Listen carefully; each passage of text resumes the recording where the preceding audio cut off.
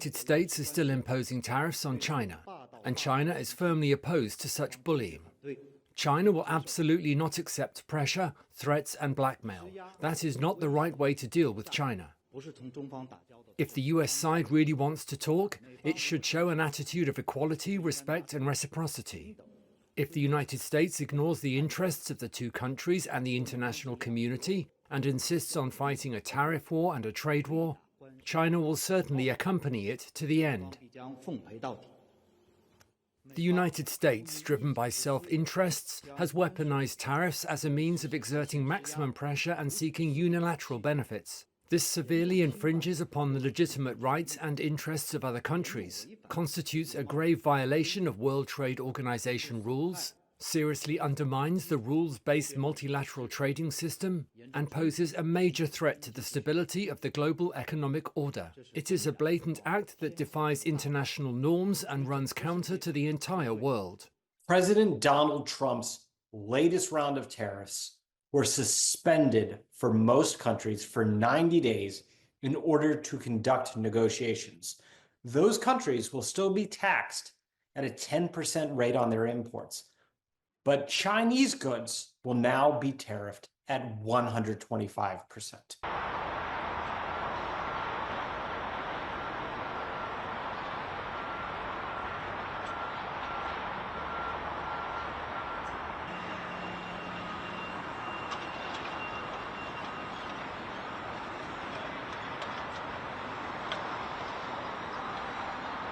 So what happened?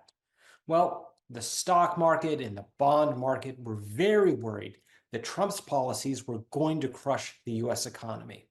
The president said he was actually looking at the bond market and was worried about it, said people were getting yippy. They were feeling insecure. And so this morning, he privately decided with aides to put the 90-day pause on tariffs. The S&P 500 stock index shot up 9.5% as a result.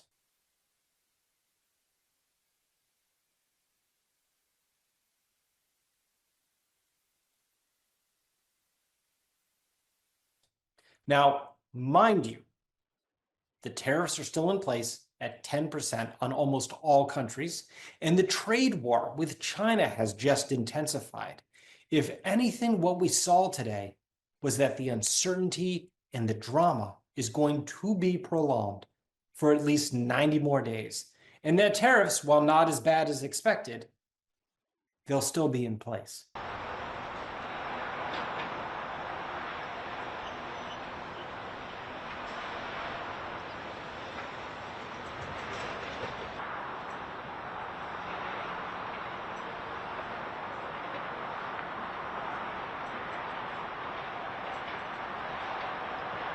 The step back by Trump on tariffs is going to ease some fears that the US was headed into a recession. But it's worth noting that nothing is still clear. The 10% tariffs are in place.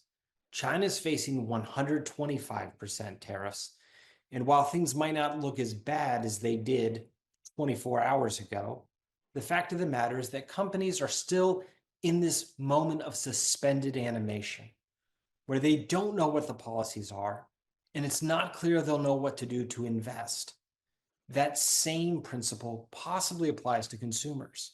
Are they still going to look to spend on automobiles, clothes, and other goods? Or are they so caught up in the tariffs drama that essentially they too want to be on the sidelines? We don't know, and this is going to be a big test for the economy.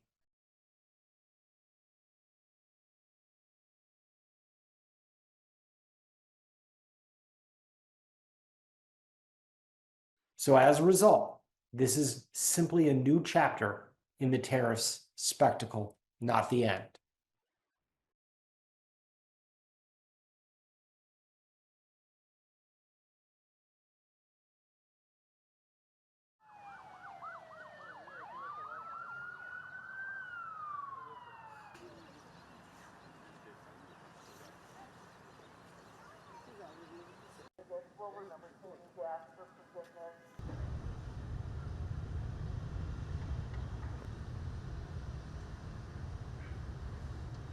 The major reason is really because of the call from his voters. And also he believes tariff is the reason for the fail of the globalization and for the unfair treatment to the United States. Trump feels that the old system has failed. The system has not worked out to what the United States or Trump has hoped for. Globalization benefits the U.S. only, the top population, but the majority of the U.S. population, and especially the Trump voters, they do not benefit.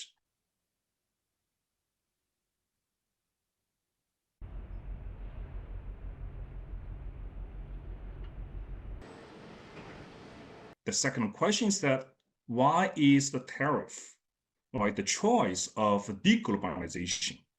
Right? I think that's because Trump and his supporters think the reason for globalization to fail is because of the unfair trade policies, trade barriers, and industrial policies.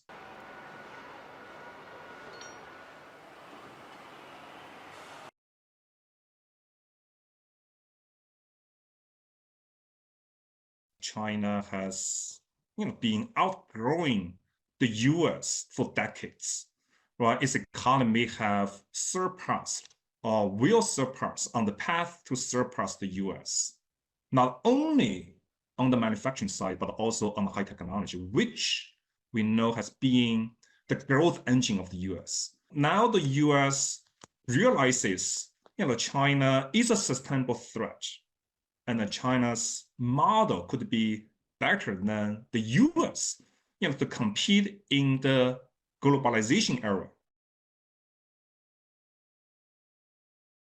So if you think about this background, I think this kind of conflict or the tariff policy, against China, could continue longer than the policy against the Europeans, against Japan, against other countries. The Chinese market and also the economy could be affected longer than the other countries, other markets.